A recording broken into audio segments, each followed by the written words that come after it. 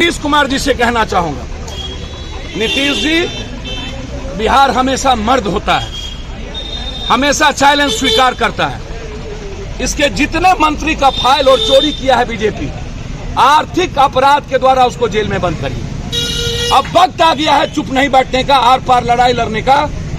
इन सबको जेल में ठूसने की जगह यदि आज भी नीतीश कुमार जी चुप बैठ गए तो फिर नीतीश कुमार जी आपकी सरकार को और आपके लोगों को कभी बिहार की जनता माफ नहीं करेगी।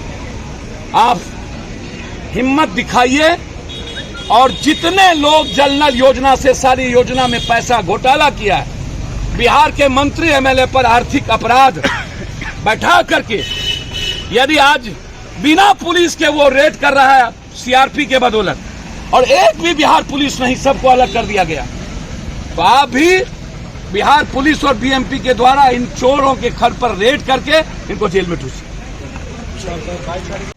जब तक आपने आरजेडी को धमका के रखना था आप रखे, और जब सरकार बन गई तो अब आप कंप्लीट रूप से डेमोक्रेसी को खत्म करने के लिए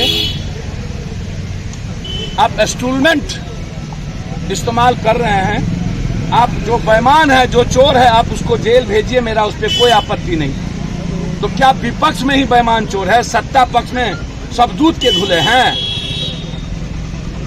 33,000 करोड़ से आपने सरकार बदली महाराष्ट्र, 1 लाख करोड़ से सरकार कांग्रेस की तोड़ दी आपने कर्नाटक, 65,000 करोड़ से सरकार तोड़ दी आपने मध्य प्रदेश, गोवा में आपने 30,000 करोड़ से सरकार आपने खरीद लिया कांग्रेस का, मणिपुर में मात्र 2 सीट आप एमएलए बने हैं, सरकार बना लिए।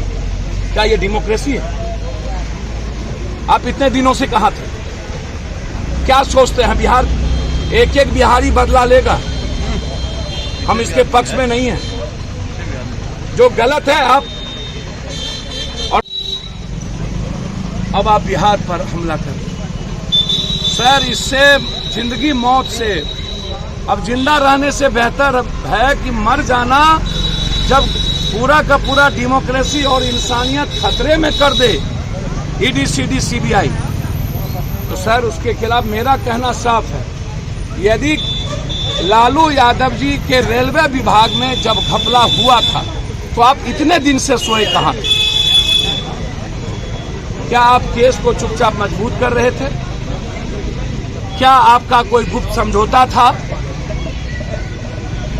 आज लगातार कभी भोला यादव, कभी उनके राबड़ी देवी जी के पीए के यहाँ, लगातार मुबोला भाई सुनील सिंह के यहाँ, मेडिकल कॉलेज के यहाँ, भैया जी के यहाँ, दोनों मेडिकल कॉलेज, कई सारे एक्स एमएलसी, कई सारे विधायक, कई सारे भैया, आपके तरीका पर मेरा सवाल है कि आज क्यों,